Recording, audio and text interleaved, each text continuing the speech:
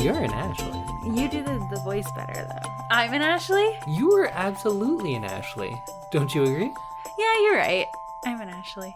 What I love about Recess is that I feel like of all the main characters, if you put them together, I feel like that would be me.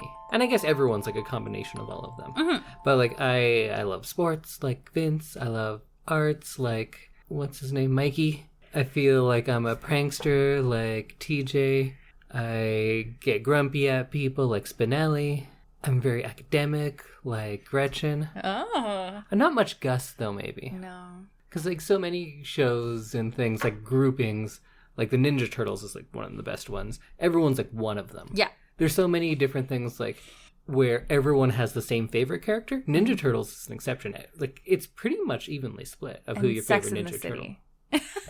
I'm a Charlotte, I think. You're a Charlotte? I don't know. Charlotte I don't know. too. Oh, then I'm probably not. I don't think we would be the same. No, I think you'd be a Charlotte. And you're a Charlotte? Yeah. Are we that different? I think we're quite different. Who am I then?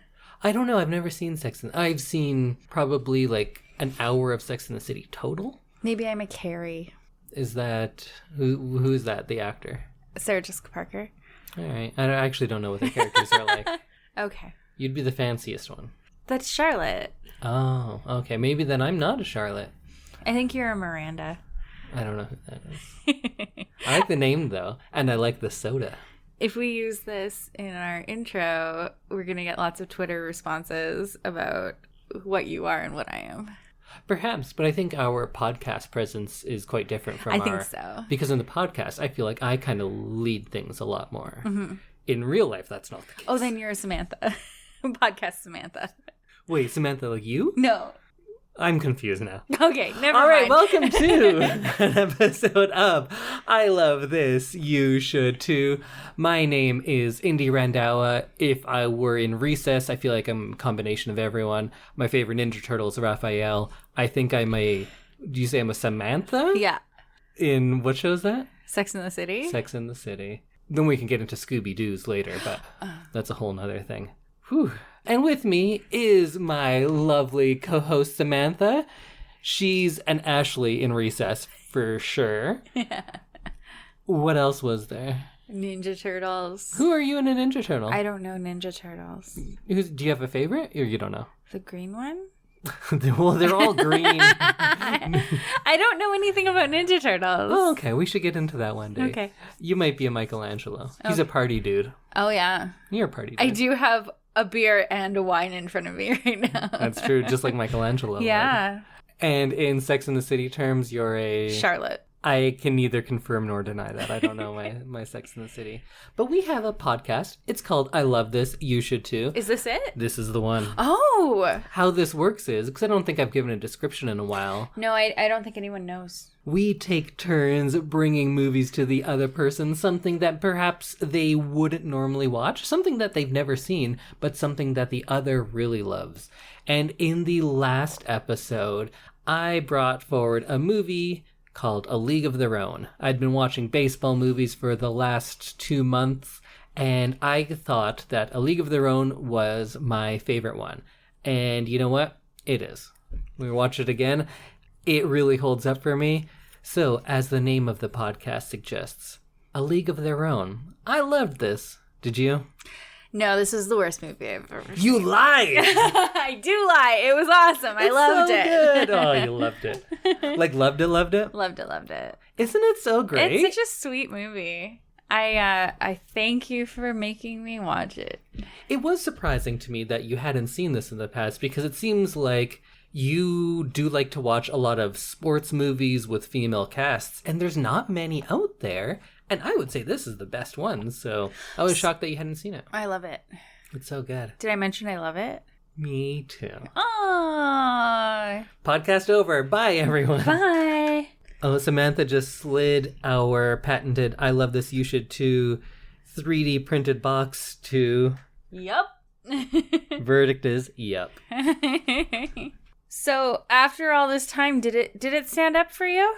It did. You know what? I know in this podcast, I'm all about like the gritty stuff, the art house stuff, independent films that you haven't heard of, foreign things. But I always say that, no, I do love a big Hollywood sentimental feel-good movie when it's done well. And I just don't think most are done well. This one is. It was done well. I loved it when I was like 8 when I saw it. I love it now. It's great. It's a very good movie. I just want to be friends with all the characters. Don't you? Yeah. So what jumped out to you upon your first viewing of this movie? It seemed like a movie that you could make now about that time, right? Like, there's a lot of stereotypical things in it, like, oh, well, if we're going to start a league of girls, they have to all be pretty, and we all have to, like, be able to, you know, sell them by their looks, and there's a lot of, like, men or, like, male dominant things in society at that time, and also it was really funny to see the pushback on the teeny tiny little uniforms. Mm-hmm.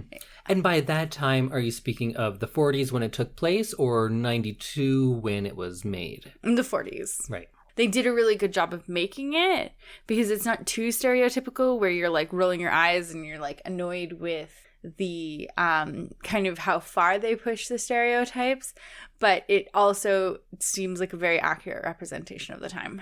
Right. There's so many movies that if they have a point they're driving home, and a good movie should, this one definitely does, they don't hit it over the head, No. though. It seems like it's an accurate representation of what happened, and rather than shouting at the viewer like, hey, women deserve better, they show you that they deserve better through the actions of these characters, these well-developed characters that really you grow to love very quickly. You do, and I love how different they all are. It's not a whole bunch of Geena Davises. It's not a whole bunch of, like, Geena Davis with a whole bunch of, like, less attractive women. It's not like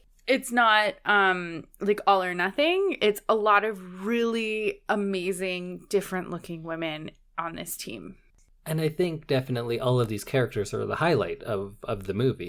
It's a great story and all that, but it would be so much less entertaining if we didn't have these great performances and these very specific, unique, funny characters. And they're so well, maybe not even well developed right off the bat, but you get a sense of who everyone is in the first scene you see everyone. Exactly. Like, let's start off with Dottie and her kid sister, Kit. Their sibling rivalry is right off the bat. You get to see them at home in Oregon, and they're playing in a dairy baseball game, because that's a thing that happens. Dairy league. And you can instantly figure out what their relationship is. Yeah. You know that Kit's the kid sister. You know that she's angry at Dottie.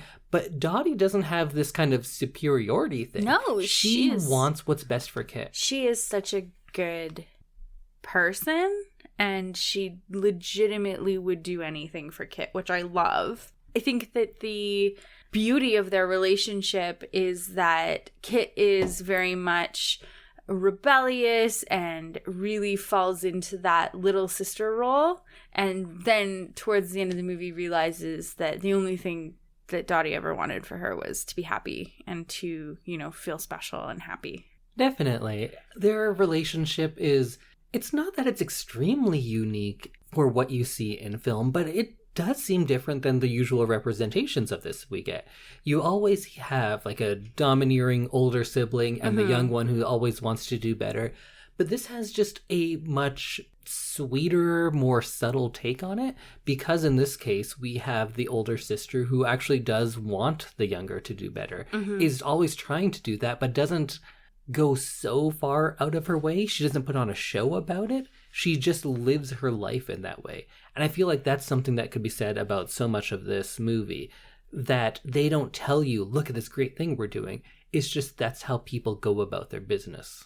And we'll talk about that later, about how this movie does a really good job of showing women supporting women, but in a it's just a beautiful way. But it's like a natural way. Yes. It's very natural. It isn't like women's suffrage. It's like very much like, this is just the way we are, and I just want to support my fellow female, and it's not like hitting you over the head with it, which is really nice. But we can talk about that later. Let's talk about some of the other characters, because there's so many really good ones. There are so many. We can start right off at the beginning with like some little side ones, like John Lovitz. John Lovitz plays the scout. I thought he was cute. Like, cute? Okay. Not like an attractiveness, No. but like it was a cute character, and I'm glad it wasn't in the whole movie. I don't believe men and women are intrinsically different in their tastes, but there is one thing I've noticed. Women, for the most part, do not care for John Lovitz. No. Men do. I think John Lovitz is hilarious. Really? Yeah, he's so funny to me. Oh, he's so skeevy, and like, and all of the characters he plays in it just rubs me the wrong way. I don't like it. Yeah, I agree with all of that, and that's why he's great. Whether or not he's gross, he's so funny in it, though. You must admit, you laughed a lot at him. He was funny. Yeah. He was funny. Like I said, his character was very cute, but I feel like it could have been played by anybody. No, I disagree with. Because John Lovitz is just playing John Lovitz. He plays the same character and everything, and yeah, he's not a great actor, but John Lovitz is funny, and I think that character was him.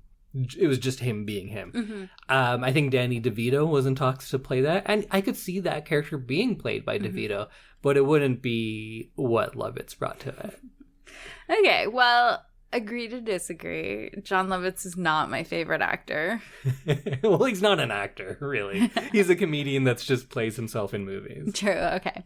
Yeah, so it was definitely added to the story because you got to see where they came from. You got to see this big city guy making fun of where they came from. But you also got to see how, like, good and pure these two women are.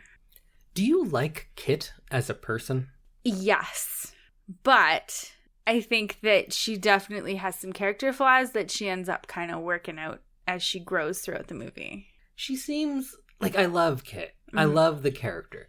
If I knew her, would I like her? Absolutely not. No, you're right. That I would not. I don't think I'd want to hang out with somebody. I wouldn't want her on my team. She seems like a lot of work. She is. And for a lot of the athletes out there, you probably know someone who makes a mistake, then goes on the bench like Kit does, and just goes like, oh, and starts hitting herself in the head. And you're like, I get it. Channel that into something better. But she is a lot of work. And she's not nice to people. Really? No, she's not. But I feel like she gets a lot better towards the end of the movie. I do think it's a very late switch. Yes. It's once she gets some success, because that's all she wants. She wants success, and she wants out of her sister's shadow. Yes. And as soon as she gets that, she does change drastically. Yes. And becomes kind of a real human. Yeah. And I love the fact that in this movie, you can have someone who is kind of the hero of the movie, who's also not that likable, but you get where she's coming from. Yes. While I wouldn't like to hang out with Kit, and I don't think she's like a great person, I think she's a good character because I understand why she is the way she is. Absolutely. And I think that is why I don't mind her so much, is because she is someone who could be a real person in life, right? Definitely. We've watched some movies where people that you don't like, they're not actual, like, you rarely would actually see someone act a way that a character that we, like, strongly dislike would act, right? Yeah, they're, like, cartoonish villains. Exactly. Like last week in Dare Me, it was 2 weeks ago in Dare Me, that main character is definitely cartoonish and to the max on one side of like the personality spectrum, and so much so that you wouldn't actually meet someone very often in real life like that. No, Beth was a straight up sociopath. Yes. While Kit is an annoying little sister. Yes, and so you can imagine meeting someone like that, and I think that gave me, I feel like it allowed me to be a little bit more lenient on her character, even though I didn't like most of the stuff that she did at the beginning of the movie. Definitely. Like, I love that she's in this movie, and Lori Petty did a great job. She was one of the best athletes, too. You can tell Lori Petty knows what she is doing. Absolutely. Just a little divergence while we continue to the characters. I've watched a lot of baseball movies in the last while. The baseball players in this... 50. Go watch the last or go listen to the last episode and you can hear my take on all of them. Oh, interesting. I didn't notice that at all. But the baseball players in this, they were so good. And Penny Marshall made a point of saying, you need to be able to play baseball first and then you can audition. Ah. And everyone in this did a great job. Of course, some people were hidden a little bit. They didn't show Madonna doing too much because she probably wasn't She's as Madonna, good yeah. at it, but they showed her sliding a lot. Geena Davis was the only one who didn't go through a full 3-month baseball camp with everyone. Training camp. Because she was brought in at the last minute. It was Deborah Winger was going to play the role. She dropped out 2 weeks before filming started. So Geena Davis just jumped in and I think did a great job because she doesn't seem out of place at all. She seems like one of the better athletes, actually. Rosie O'Donnell looks pretty good, too, actually. She looks like she can play baseball. Yeah, absolutely. I would not have guessed that Geena Davis didn't go to baseball camp with everybody else. Yeah, she's just that good at everything. We should just do a podcast about how good Geena Davis is. The I Love Geena Davis podcast? Because I told you about like Mensa and the archery. She also has a film festival that promotes diversity in film. She has, I think, an institute, the Geena Davis Institute for Diversity in Film or something like that. Where's her film festival? Can we go? I don't know. One good thing I know about it is that if you get into the festival, she guarantees you distribution, which is if you don't know how it works out there, lots of people put films in festivals, you see it once, and then it's gone away. Right. Like movies that I make. That's what happens to them. And then people buy them from the festivals, right? Like Possibly. You go to Cannes or like Possibly. Venice or wherever. Some get purchased that way. But smaller ones, you get seen that time, and that's your moment. Huh. This includes distribution. So in some form or another, people are going to be able to see your movie after this. Wow. And it's all about promoting. It started off with gender equity in movies and trying to get more women on screen, more female directors. But now it's kind of branched out to be also about ethnicities and all sorts of things. So Geena Davis is pretty much the best. I want to be her friend. I was going to say I want to be her too, but you said friend. I mean, I want to be Geena Davis. Yeah, me too. But I also want someone like Geena Davis just in my life. Like in this movie, the entire time I was just like, man, I want a best friend like that. Yeah. Like, she was so amazing, very talented, but never outshone anyone else. Even when she was being sold by the league as, like, the Queen of Diamonds. Yes, yeah. Yeah, the Queen of Diamonds. So it's like, she was so amazing. She was so amazing to her teammates. They all became such good friends. And even when the league was like, look at this tall, beautiful woman who is amazing at everything. She's like 11 feet tall or something. Yeah. She looks so tall and even statuesque. then, she was still just like, well, this is the one you want to talk to because she made that save. Like, she's just like such a good person, and I just want her in my life. And the performance as Dottie, it almost can get overlooked. She is the lead for sure, but she has so much less funny business or a strong character than like Madonna and Rosie and everyone like that. But the more I watch it, the more I can appreciate it. When she does get those lines, they are like straight lines. Yeah. But she delivers them so well. And I think the restraint she delivers this performance with is what makes everyone else look that much better. Because she's not out there trying to steal the show. Both Dottie and Geena Davis as the actor.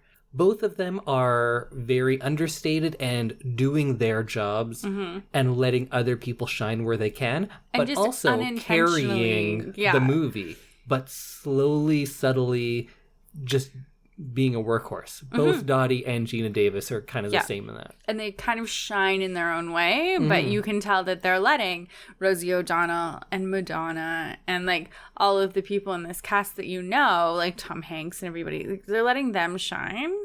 And like, I think that was such an amazing choice and such an amazing, like, you have to be a very talented actor to be able to pull that off. Yeah, to be kind of a almost stoic character, but not be boring. Yeah. It's not easy, and she does it very well. Who's another character that you loved in this movie? Well, I loved the Madonna-Rosie O'Donnell combination of... That's the thing. Both of them are good on their own, but together they're just amazing and hilarious. So I like them as a parallel to Dottie and Kit, because Dottie and Kit are like wholesome farm girls. Dottie is very beautiful. She's talented. She's so nice. And Kit is like, she's talented at what she's talented at. She's not as beautiful as her sister, and she has a big complex. Whereas Rosie O'Donnell and Madonna, I cannot remember their names. Doris and May. Doris and May. All the way May. That's right. So Doris and May are very much like May is out there and she's wild and crazy, and she knows she's good looking, and she knows that she's talented, and she knows that she's like one of the best people on the, like one of the best things on the team for publicity and that kind of thing. And then Doris is like funny, and she knows she's funny, and she knows that she's talented at baseball, and she knows that she is like really good with May. And so they're almost like opposite to Dottie and Kit, and it's fun to see them kind of interact and be like opposite twosome. Yeah, there is such a perfect almost foil for the other pair. Mm-hmm. While Dottie and Kit share so much history, and really, when you get down to it, are very similar people in a lot of ways, but can't recognize that in each other, or definitely Kit can't. On the other hand, May and Doris are so opposed to how they present themselves, how they're seen by others most of all, but they don't envy or have any sort of jealousy about this. Rather, they support and celebrate the other person. Yep. Like when Doris is giving her interview about her skills, she goes, oh, the best player on the team, the best player is May. And she brings May over there. And I love that they met because May was like a stripper at Doris's dad's bar or club or whatever it is. And Doris was the bouncer. Yeah. Exactly. Normally you would see this done and one of them is going to be shamed about this. Yeah. Like either Doris, oh, you're too butch, you're the bouncer, or, oh, May, you're just dancing and showing everyone everything. So one of them is going to be shamed, but neither is in this movie. Both are celebrated for what they do, and that's fucking beautiful. I love it. That was the beauty of this movie, was there was no shame. Everyone was so different, and nobody was shamed for being different. They were celebrated. There was a moment where John Lovitz was kind of like, oh, we can't take her. John Lovitz can, because you don't identify with John Lovitz. He's kind of a villain character. He's funny. He kind of comes up as like the common people, right? Like the common ideal of what women should look like during wartime, and women who are going to play baseball need to be beautiful so that people come and watch. And he is kind of like a crowdsource character of what, like, I'm sure the ideals in the States were during that time. And I think all the men are to an extent, but the reason John Lovitz seems so much worse is that he doesn't follow the story through. Because even Jimmy Dugan, played by Tom Hanks, starts off saying, like, girls can't play baseball. Yeah. But all of the other characters get won over once they see what's going on. Exactly. John Lovitz isn't there for the rest, so you don't get to see him being won over. But the character who is, I forget his name now, Lowenstein? Ira? Something like that. But he's the one that is following the team along and starts off with, if you don't want to wear this, there's 30 girls who will play in a swimsuit if I tell them to. The manager of the league. Yeah, he's kind of the second in command. Right. And by the end, he's the one that's advocating, that's fighting for this is a product. You don't know what these women are sacrificing to play for.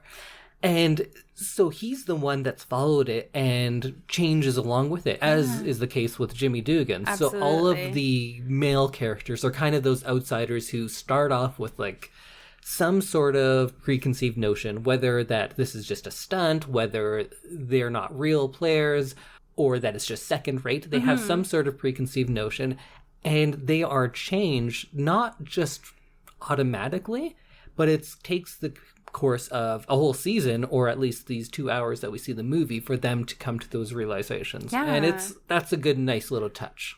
I felt like one thing that speech from Ira, I think his name is Ira, one thing that reminded me of was something in The Devil Wears Prada, where Andy gets the job that a million girls would die for.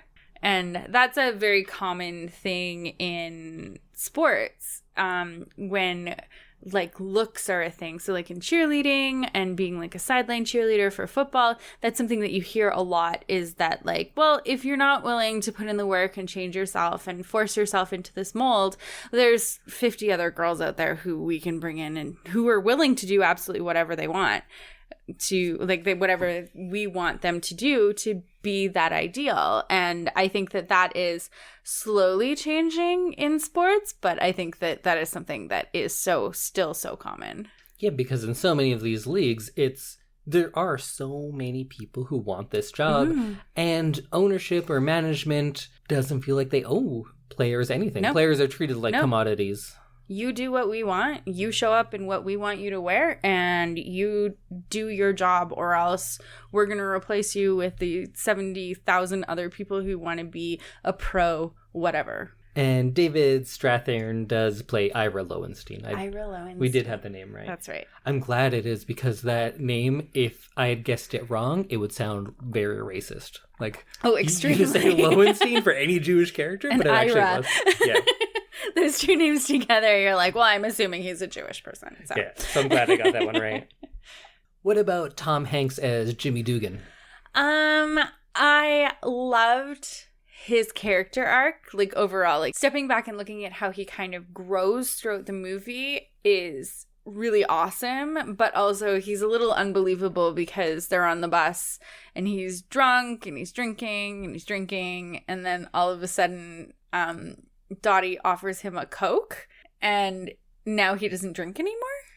I feel like that was just a symbolic first step. Oh, okay. I think that kind of goes along with he's at that point started to take over and actually be a manager and just take some pride not only in this team but in himself, right. Something that he had lost, because I kind of take it as that he's pretty much the character of Jimmy Fox, who was a great baseball player and did in fact lose the last third of his career to alcoholism. So I don't think that Coke necessarily means that he's going to stop drinking, but I think that was just symbolism. Yeah, or a first step at least. I think what his character arc actually is his involvement with the team. Right. How it went from being just an over-the-top grosso's a word, right? Yeah, just spitting everywhere, peeing, and being the worst, to just taking an interest in the game, realizing that this is actual baseball and that his career isn't over, it's changed. He was so full of self-pity that he just didn't care about anything else. And he's probably has one of the more over-the-top portrayals for sure. Absolutely. He's ridiculous at the beginning. He's ridiculous at the beginning. But it's fun.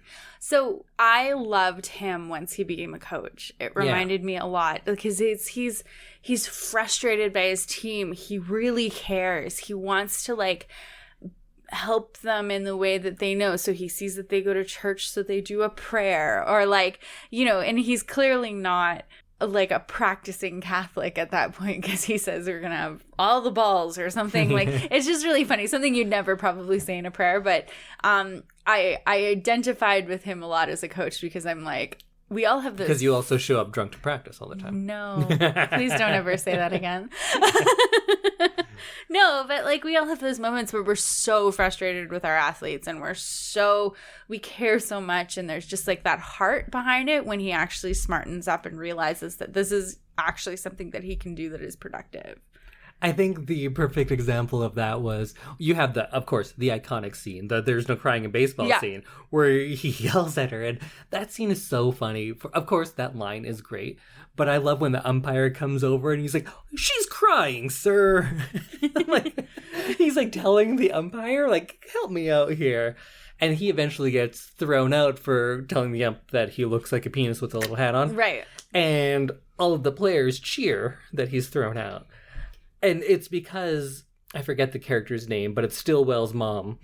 She can't hit the cutoff man. She always throws wide. And in the finals, she does it again. And there's that scene with Tom Hanks, and he just stares at her and he's shaking. Yeah. And he's trying to get out the words. And eventually all he says is like, work in on the it off for next season, I need to year." work Yeah. on that. And she's like, oh, okay. That's the progress That of is- Jimmy, more so than him having the Coke. I think they needed to put that in there to kind of like say like, hey, he's not an alcoholic Yeah. anymore, so it's fine, right? But his interactions with the team is really his journey. Mm-hmm. That is such a Coach moment too. Just like generically that like I can't yell at this person anymore because it's not working. So clearly I need to like just swallow it back and say something constructive, even though that is the last thing I want to do. Oh, that's a coach moment. That's a teacher moment. That's Yeah. a parent moment. It's an athlete moment. Everyone's Yeah. had that where you just take a look at them.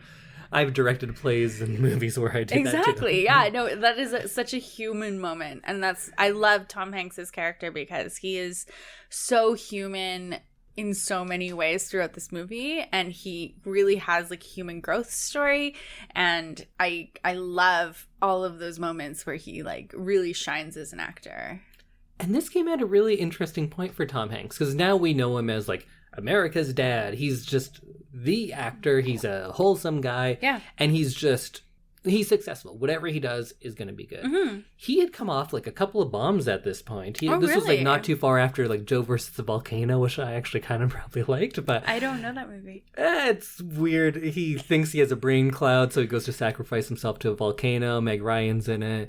He lives on a raft made of suitcases. Oh. But anyways, he wasn't just an automatic box office success at this point. And this movie was like a real turning point for him. Oh, really? Yeah. Huh. I don't know a lot about early Tom Hanks.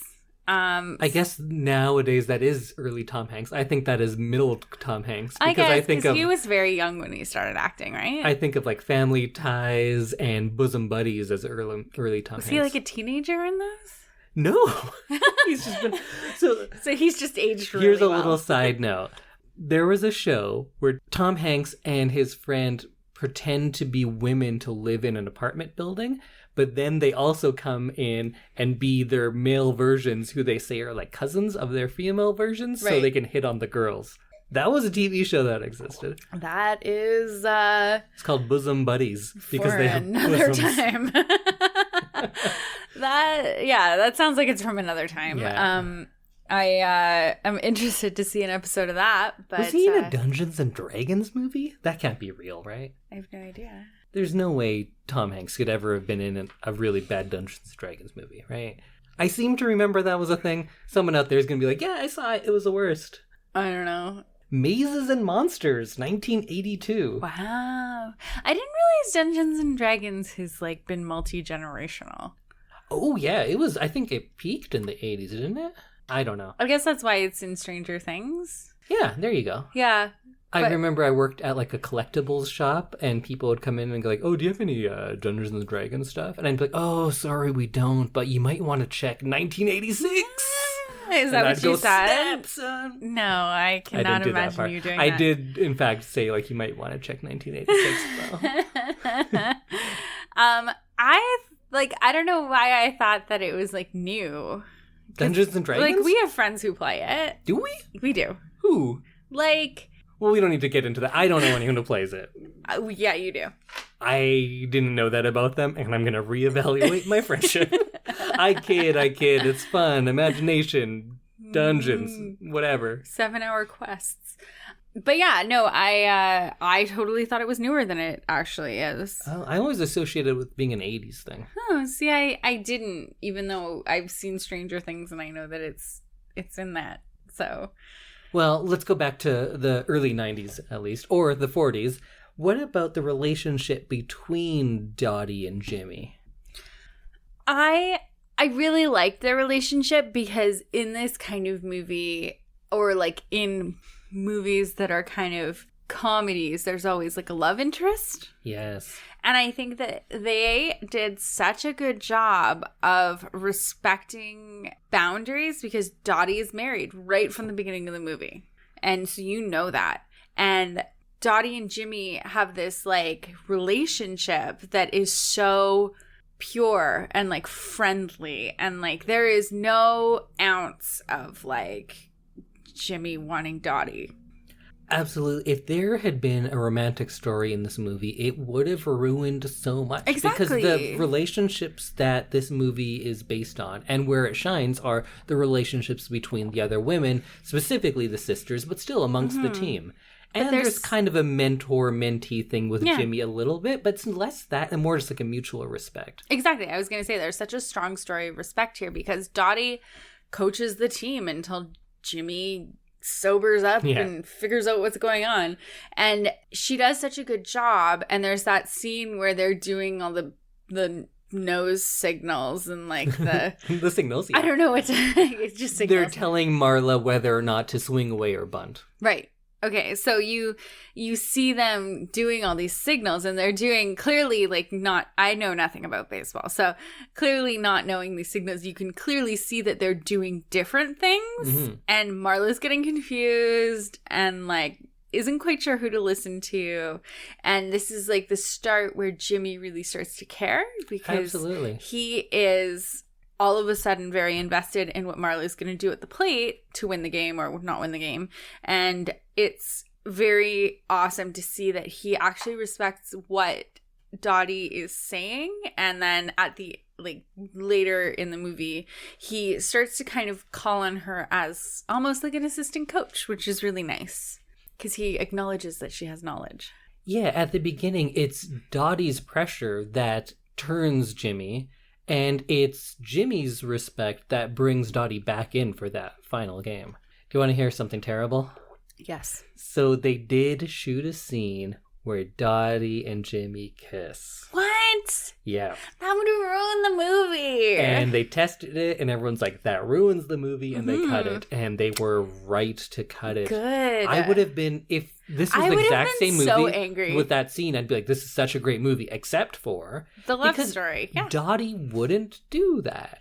That's part of this time, right? Like, everyone's husband was not in the picture. They were away fighting a war. So they're women who are free-ish, right? Like they're allowed to kind of do what they want because they don't have, you know, the pressures of having children and, you know, raising their family and being in the home, which is kind of what happened during, like before the war, was that was very much the American ideal. It was really neat to see these women kind of flourish on their own.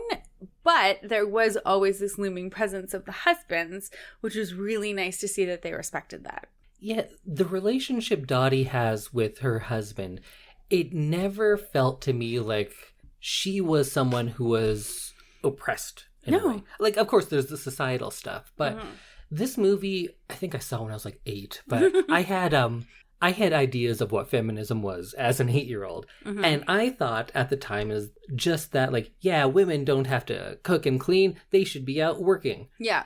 This movie brought me to the next level. That I could realize that there is a woman who chooses to stay home and take care of the home. And if that's her choice, that's just as legitimate.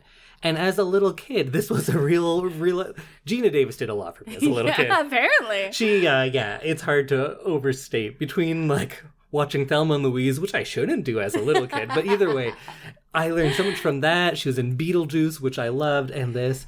It did a lot for me. And I guess we were talking about her relationship with Jimmy. It would diminish her character if that happened, because that's not who she is. Exactly. It seems so out of character. It also seems out of character for Jimmy, who's built this respect for this woman, for this baseball player. Exactly. It seems like he doesn't even regard them as male or female. No. He regards them as ball players. Yeah. And that's kind of been his journey. So that scene of them kissing would have just ruined so many different things. Oh, absolutely. And I'm so glad that they didn't include that now that I know about it, because I think that it absolutely would have changed my view on this movie. It's not necessary. She gets her husband back, and they do a really good job during the movie of kind of driving home the fact that this is a war. When I can't remember whose husband it is, but the one who can't read? No, wait. No, that's not. No, it's Betty Spaghetti's husband dies. Betty. Yeah. Okay, so when Betty gets the letter, you really feel how, like, flip of the coin, or like, I don't know, edge of the knife. Is that a saying? Sure, just there's this presence looming over everyone. And they do such a good job of kind of keeping it at bay until there's a moment where that telegram could have been for anybody in that room. And it was just so tense, and everyone was so emotional because it brought it all to the surface of this thing, because they're like, my husband is at war, he could die any minute. And they are trying to do this great thing, playing baseball and having a life and doing all this wonderful stuff and having friends. And so you push all that stuff back, and it was such a great representation of just how tumultuous the women's life in the 1940s was during the war, because it was so back and forth at any given moment. Yeah, I like how much it was brought up in it, because it's not a movie just about women fearing for their husbands' lives. It's the story of their baseball team. But we do get these little pop-ups of this is always looming over them. The world is changed. Everything is different because of this, and it can pop up at any time without any sort of reasoning to the story, and that's just what happens. And I really like the scene where Dottie is sitting in her room crying, because I feel like it brought it all to the surface and it made it all really real again. And then her husband walks in, and it's a very nice moment, but you really see that these women are like 3 seconds away from like the worst moment of their lives at all times. And you really appreciate just how much stress they were under, not just playing in the World Series or wherever they were playing. They were also under so much stress because their lives could change in an instant. So, Indy, what are your favorite moments from this movie? Because I know that you brought this forward, you love it. So tell me some of the things that you loved. I feel like we talked about so many of them because they're character-based, but there's all these other fun little bits. Remember that newsreel about she's not just a great second baseman, she pours a mean cup of coffee. Oh, yeah, that's right. That was all so of funny. The, like, newsreel items, yeah. And then they have Marla off in the distance. And how about that Marla? And she's just way out there. Yeah, that was funny. Like, it follows a normal 5-act structure, but if you were to divide it into thirds, the first third is just so funny. It's just joke, and they're coming at you so fast with them meeting everybody, the charm school, the tryouts. It's so good. The second third kind of gets into them becoming a team, and then the final third deals with kind of the relationship between Kit and Dottie and the more serious stuff. But that first third of the movie, it's so much funnier than I remembered. Yeah. There's so many jokes in it that are hilarious. It was such a heartwarming movie, but it was also so funny. And I felt so good after watching it. Yeah. It's like truly a feel-good movie. And I think that's one of those movies that kind of stick with you. And it's so rewatchable. I've seen this movie so many times. It's probably in my top 10 for movies I've seen the most often. Because a lot of my favorite movies you can't watch that often. Like, you shouldn't be watching Taxi Driver more than once every 5 years because you'll go crazy. I'm going to question your mental health if you start doing that. But A League of Their Own, like I was saying last time, I watched it twice on a flight to Tokyo before, and it holds up.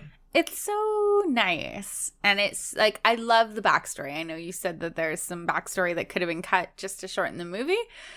Yeah, the framing story. You know what? I changed my mind. I really like the framing story because it's such a nice ending that it does have to be in the beginning because you don't know what's going on if you don't see the beginning part. I think the only thing they could have done, maybe you could shorten it at the beginning, perhaps. Yeah. That's about it, though. I did think that the framing story dragged. This time I watched it, though, and I was like, you know what? I don't think so. Like, at the beginning, it seems like there's not much you gain from that, but when you have the context of what you see later, because Dottie's telling her grandkids, she's telling the older one to let the younger one have a chance, and then she tells the younger one, kill him. Yeah.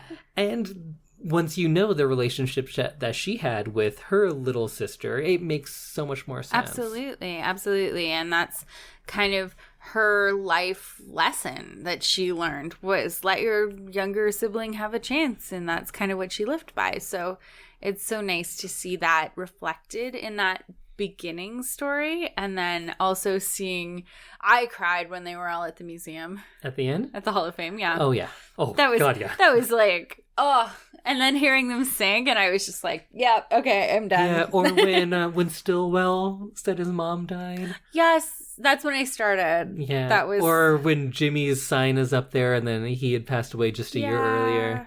Yeah, the ending makes you cry. I feel like we are definitely not in the minority for crying at the end of that. I'm so glad, because, oh my God.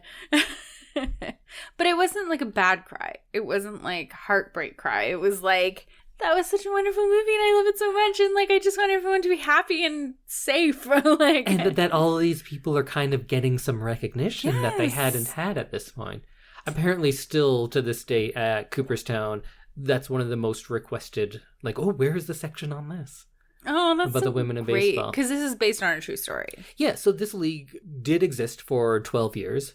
So 12 years? Yeah, it lasted twice as long as the Confederacy, so people still have Confederate flags. I want a Rockford Peaches flag. I'll work on it. Actually, I totally do want a Rockford Peaches hat, and I said that I do want to dress as them for Halloween, and then I called Dottie, and you got angry at me. I want to be Dottie. I want to be Dottie. I want to be Dottie. Okay, fine, I'll be Ellen Sue. Sue Ellen? Ellen Sue. I like Ellen Sue. You don't want to be all the way May? Oh, actually, yeah, maybe. And I don't like Madonna. She's a bad actor, but she's so good in this. She's so likable. She's so comfortable in that role. She's so fun and lively. And each one of these characters, especially when you look at the kind of main four players, they each bring something so different to it. And it rounds out a really full team. It does. And I feel like Madonna is just being Madonna in this movie. Perhaps. No, because I don't think she's a likable person in real life. And she was quite likable in this.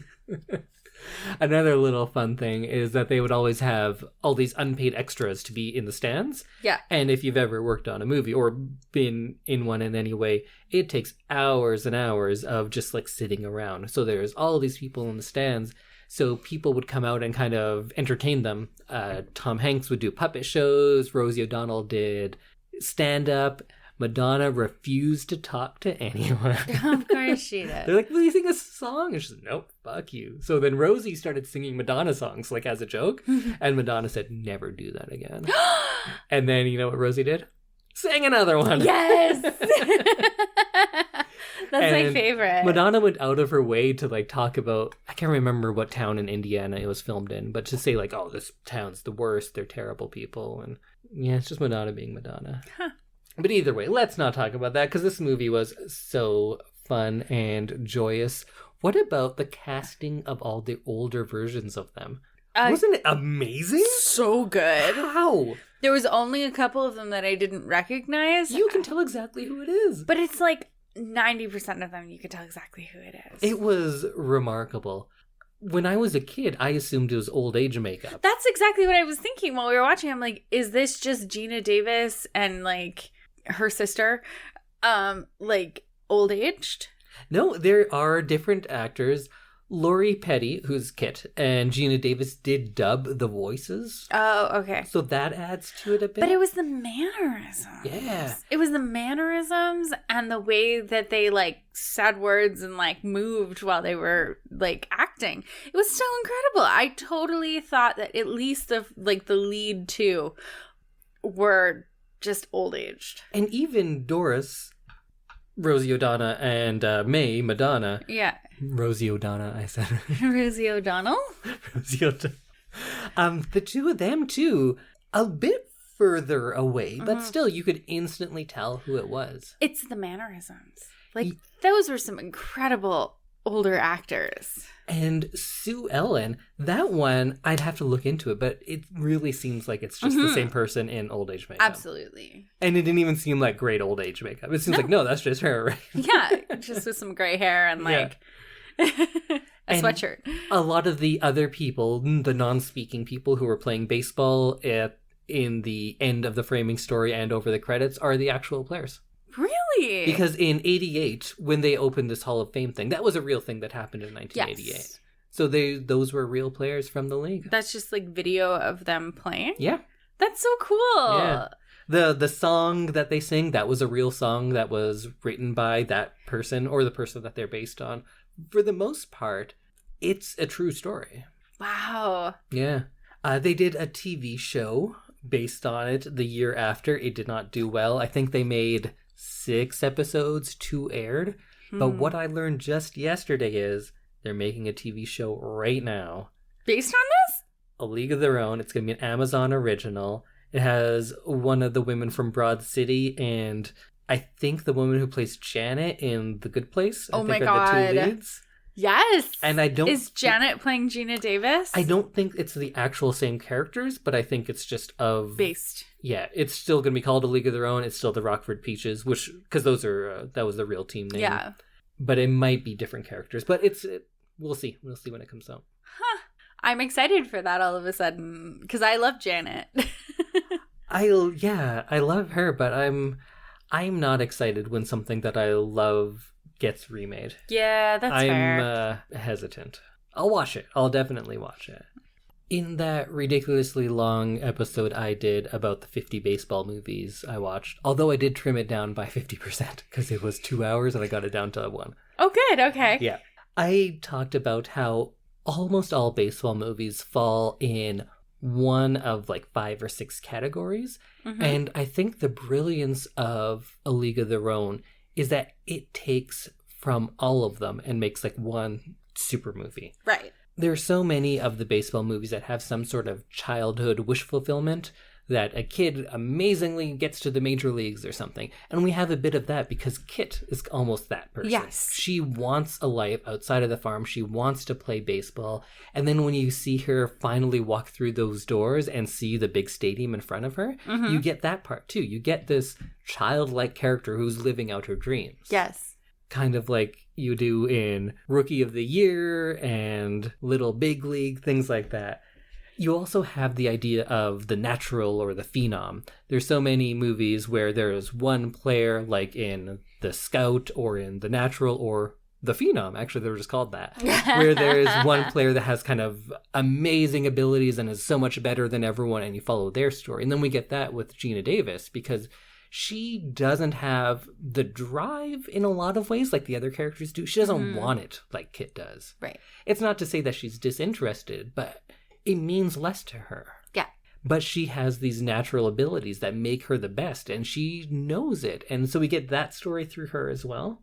And then so many of them, and sports movies in general, are always they often try to be a reflection of America at the time, and that's really apparent in this one. Yeah. Just like all the movies about Jackie Robinson talk about the civil rights movement, this one shows this very new aspect of American culture because women in the workforce just wasn't a thing. Yeah.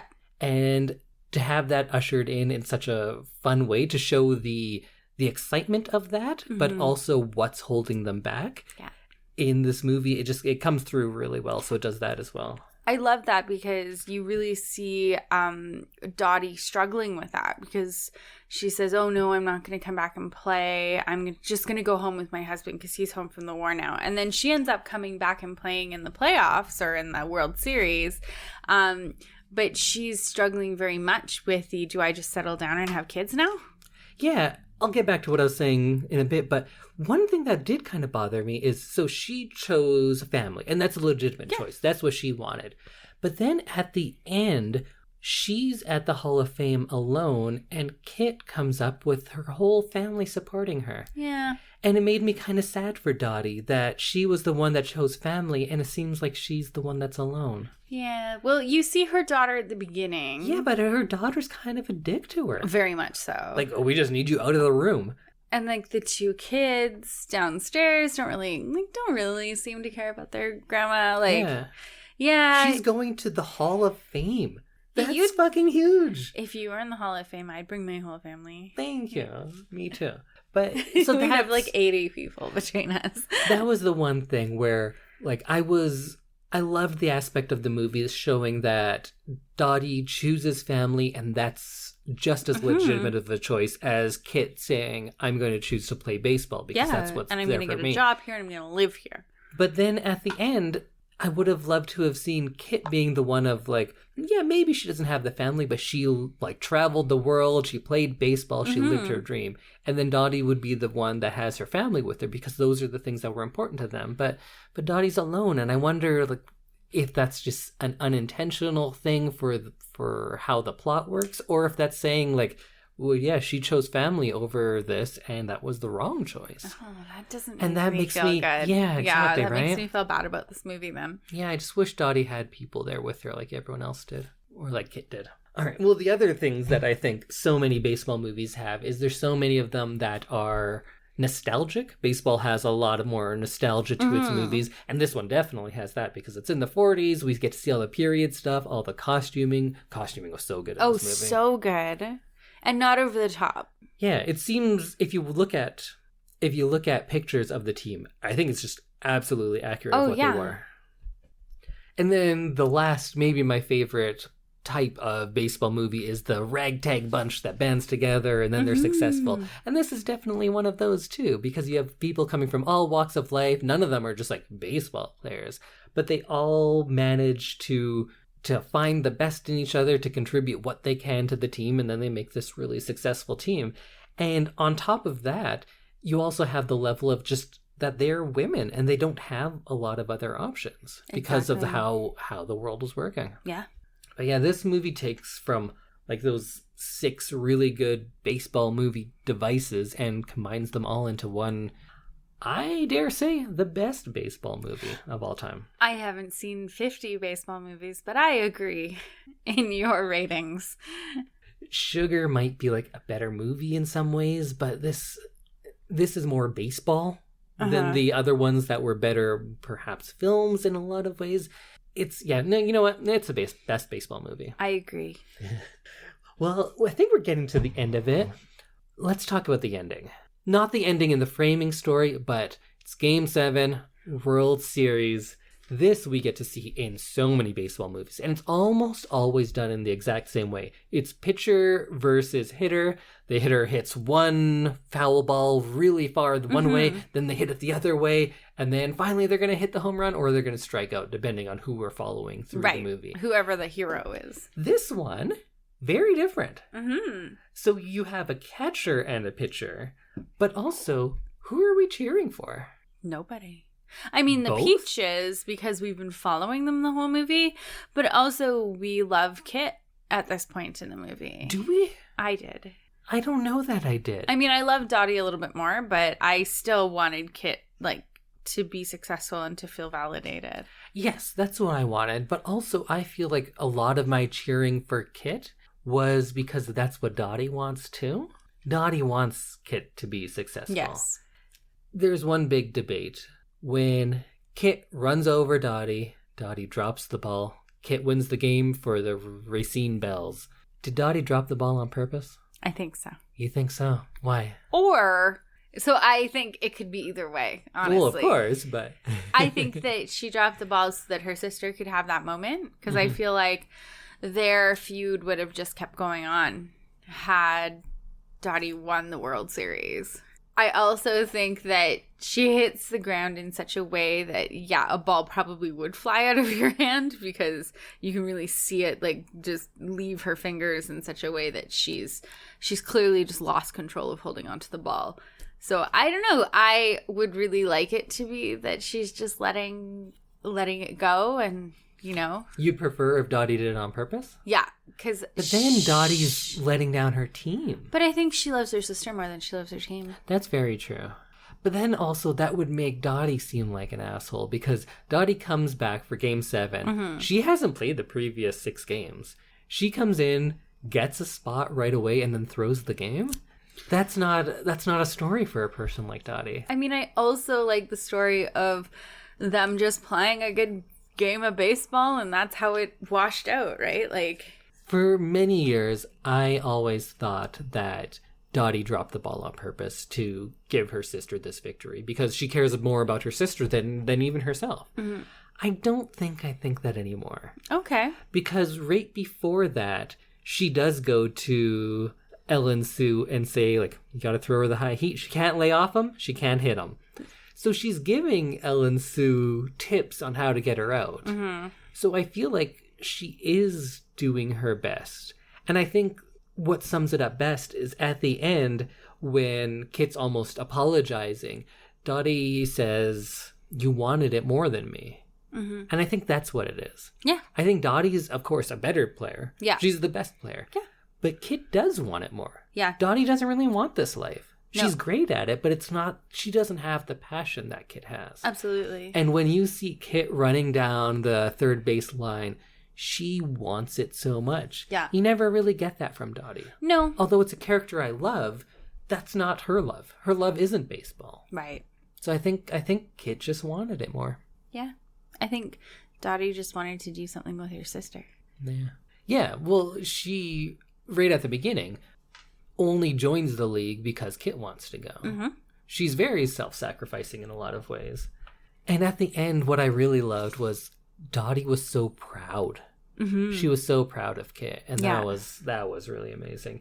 And finally, because Kit had this success over Dottie specifically, that she's able to love her as a sister and not be just thinking about all the negative things of how I'm not as beautiful, I'm not as good at baseball, nobody likes me as much. Mm-hmm. She kind of gets over that because she has this one victory, because she hadn't had that her whole life. Exactly. Yeah. No, it's such a well-rounded story. Because I guess in the end, Kit's the hero, like, of that game. Yes. But it was never her story. No. Whose story is it? Who's the hero? Because in all of these movies, I've been watching so many, they all follow a very similar trajectory. And you follow one person, and then either they win or they lose, but they're the hero. In this one, we're mostly with Dottie. When Kit interacts with Dottie, it's usually from Dottie's point of view. Mm-hmm. We see Kit enter the scene when she yells at Dottie, and then she leaves, and we stay with Dottie. We don't follow Kit. And it could have been a very easy choice to follow Kit, to see Kit being told that she's being traded, so we can sympathize or empathize with her more. But we never really get that. So whose story is this? Who's the hero? The All-American Professional Girls Baseball League? I don't know. I feel like it's such a group hero thing. Is that a thing?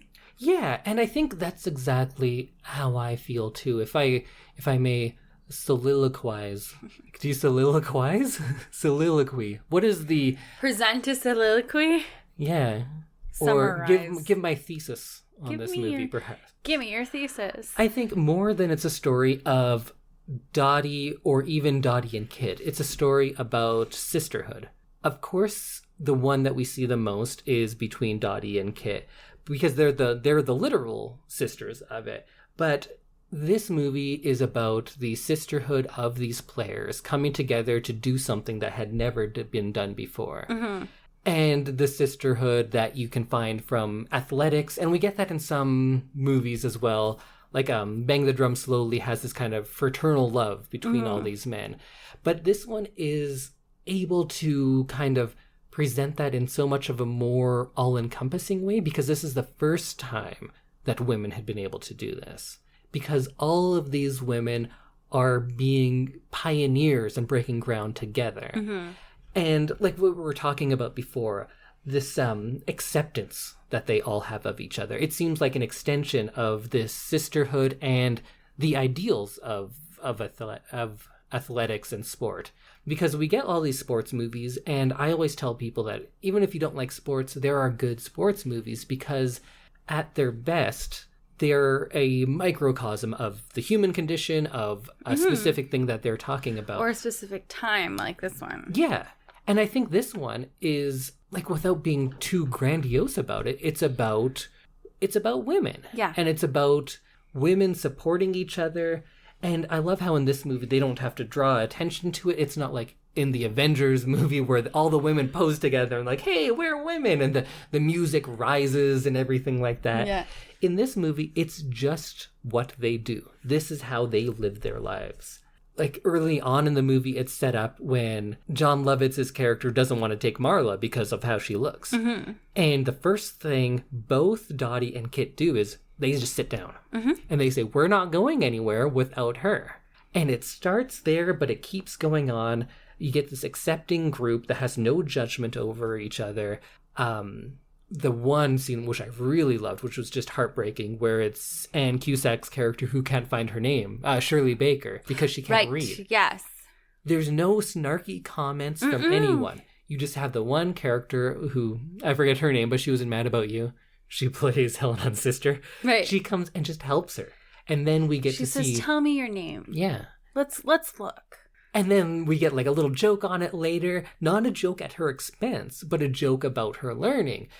When we have Madonna's character teaching her to read, and it's like a smutty novel. It's like a Harlequin, yeah. Yeah. And she's, it's going to get really good right now. It gets really good up here. Yeah. You have Madonna's character who, in so many other movies, everyone else would be either jealous or angry about her or judgmental about that she was like a dancer in some club. Yeah. That's not the case here. They just celebrate that aspect of her. They just really seem to love her. Yeah. Yeah, so sports movies at their best are a microcosm of something bigger, and there's very few movies that have a female cast like this that is so supportive. It shows the tribulations, of course, between these sisters, but it's about something even bigger than just that one pair of sisters. It's about the sisterhood of athletes who are doing this all for the first time, and they're doing this all together. And that's why this is a great movie. I agree. I feel like that's such a good note to like end on, because we're just like, everyone feels good. Yeah. It's a good movie. If you somehow haven't seen A League of Their Own, go watch it. You're not going to regret it. It's 2 hours. It flies by. I thought it would drag more than it did. I didn't feel that at all. It flew by. Like, it felt like a 90-minute movie. So, I love it. You love it? I love it. You love it. Wow. What a movie. We love it. We love it. Are we going to high five? Is that something we do now? Yeah. Yeah. That was pretty good. That was also 10, I believe. High 10. Well, it was so good I needed both hands. That's true. This is a double high five movie. Well, I'm so happy that I was able to bring you something that you love this much. All right, well, that's the end for today. Bye, everyone. Bye.